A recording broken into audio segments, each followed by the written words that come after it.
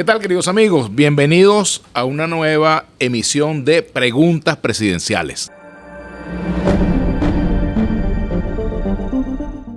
Nuestro invitado, Javier Bertucci, candidato por el movimiento El Cambio.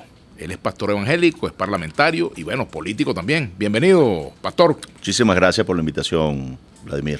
Gracias por aceptarla. Bueno, vamos a entrar en materia. La primera pregunta que se la hemos hecho a todos los candidatos que han venido es su propuesta para resolver el problema salarial que afecta a la gran mayoría de los venezolanos.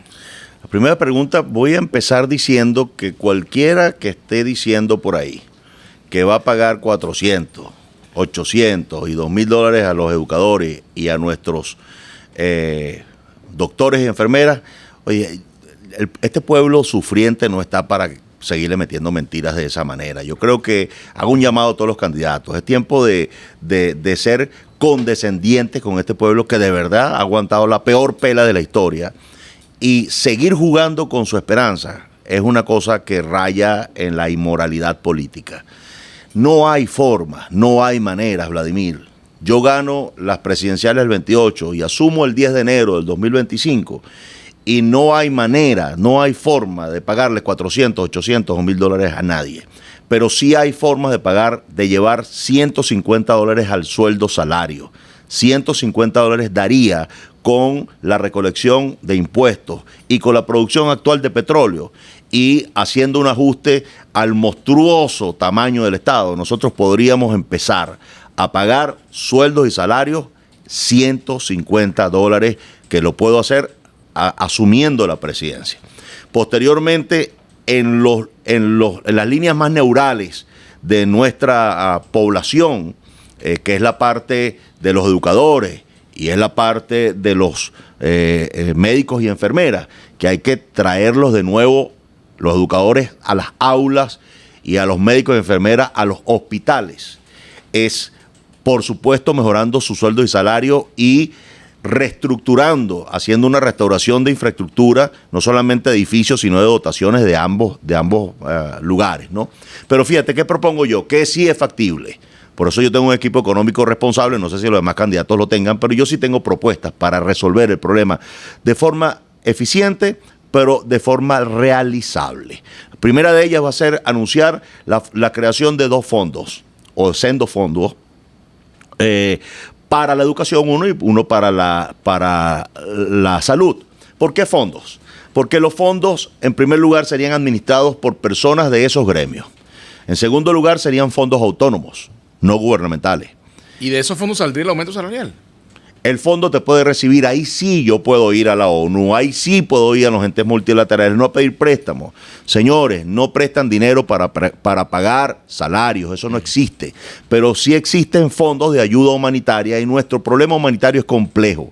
Cuando tú tienes un problema humanitario de carácter complejo es porque tiene muchas ramificaciones. Las ramificaciones también son tocadas por el sector salud y el sector educación. ¿Qué puedo hacer yo? Gestionar donaciones a esos fondos y que esas donaciones me sirvan, como no son fondos gubernamentales, sino son fondos sin fines de lucro para atender la dotación de infraestructura, de la dotación de medicinas, la dotación de pupitres, para todo lo que es la infraestructura de salud y educación. Entonces yo sí puedo salir a pedir dinero para esos fondos, ahí sí puedo hacerlo y el Estado debe garantizar los $150. ¿Qué pasa con esto? Que yo aseguro que los educadores, los médicos y las enfermeras van a cobrar un sueldo básico de $150. ¿Y los demás trabajadores? ¿Cómo queda? No, todo el gremio. Todo Venezuela, todos los trabajadores venezolanos. Todo el gremio. Te estoy hablando de estos 2 gremios en este momento. ¿Y el resto? También van a 150, pero no tienen un fondo. O sea, yo no puedo crear otro fondo. Claro. Puedo crear un fondo para salud porque puedo vincularla con nuestro problema humanitario. Puedo hacer un fondo de educación porque puedo vincularlo con el problema humanitario. Lo demás no lo puedo vincular. Entonces, cada mes que haya un superávit de este fondo, entonces es distribuido en un bono especial a los del gremio, pero yo garantizo el sueldo de 150. ¿Qué puede ocurrir? Que ya hemos hecho esos cálculos. Que si el fondo tiene un superávit, puede llevarse un trabajador un bono especial del mes por $100 y su sueldo de $150, que es un sueldo. Tenemos que pasar a otros temas. La política exterior, la política internacional del gobierno de Bertucci. ¿Qué hacer con las relaciones que actualmente se mantienen con Irán, con Rusia, con China, con Cuba? ¿Vendrán cambios importantes en esto? Mi política internacional es una política inclusiva. No tengo ningún deseo y ninguna intención de llegar a romper con ningún país. Vengo más bien a restaurar y a restituir nuestras relaciones con todos los países, por ejemplo, Israel y otros más. Nuestras relaciones deben ser óptimas de un país en crisis como este con todos los países del mundo. Ahora, habrán ciertos intereses en algunos otros países que, por ejemplo, vengan a invertir en nuestra industria petrolera o nuestras industrias básicas. Brazos abiertos con todo el que quiera invertir sin ningún tipo de ideología. La economía no debe tener ideología y la necesidad menos.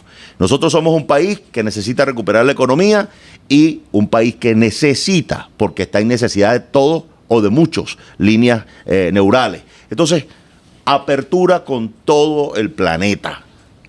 La tercera pregunta se refiere al rol de la Fuerza Armada Nacional. ¿Cómo hacer para tener una relación efectiva con la Fuerza Armada Nacional?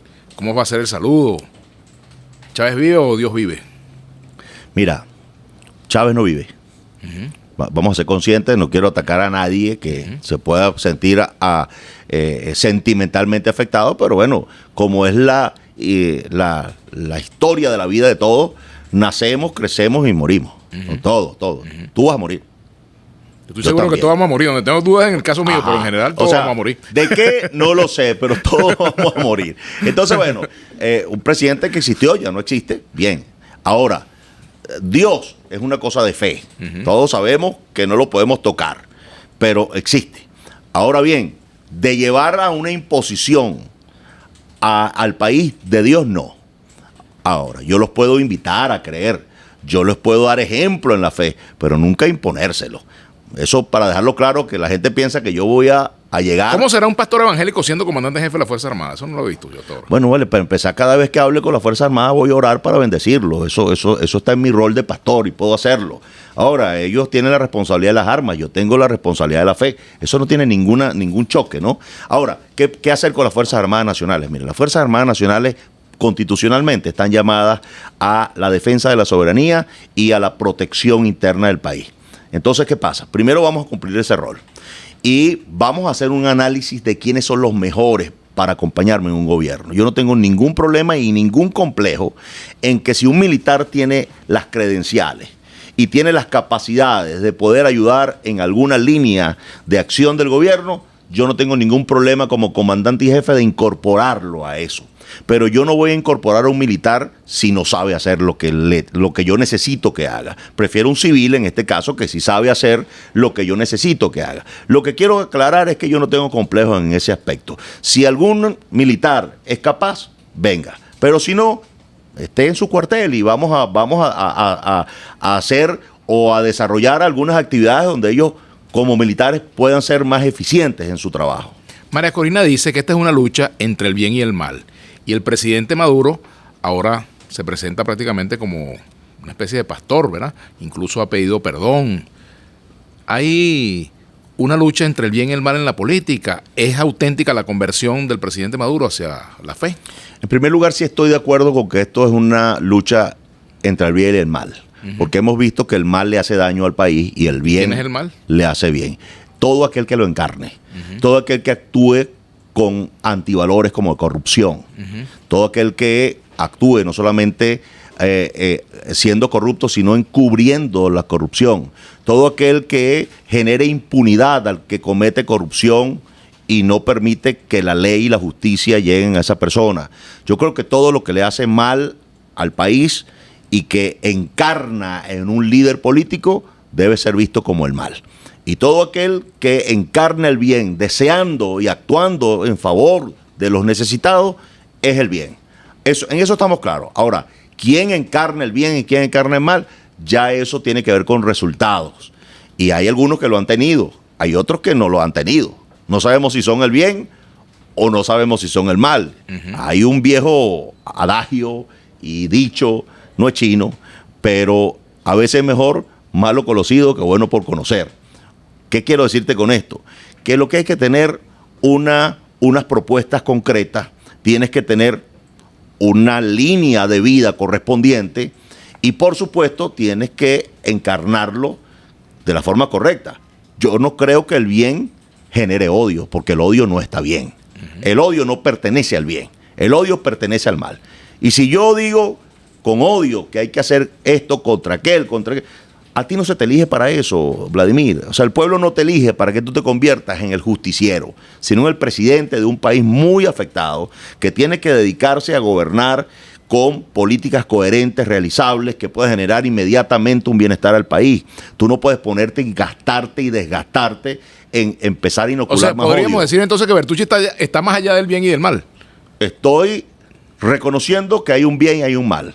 Estoy proponiendo encarnar el bien y estoy proponiendo mantenerme en acciones de bien.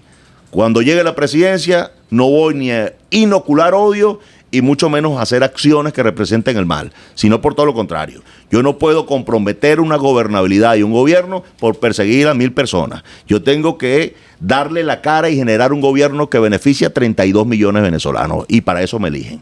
Gracias, Javier Bertucci, por habernos acompañado. Gracias, Vladimir. Hasta aquí, preguntas presidenciales.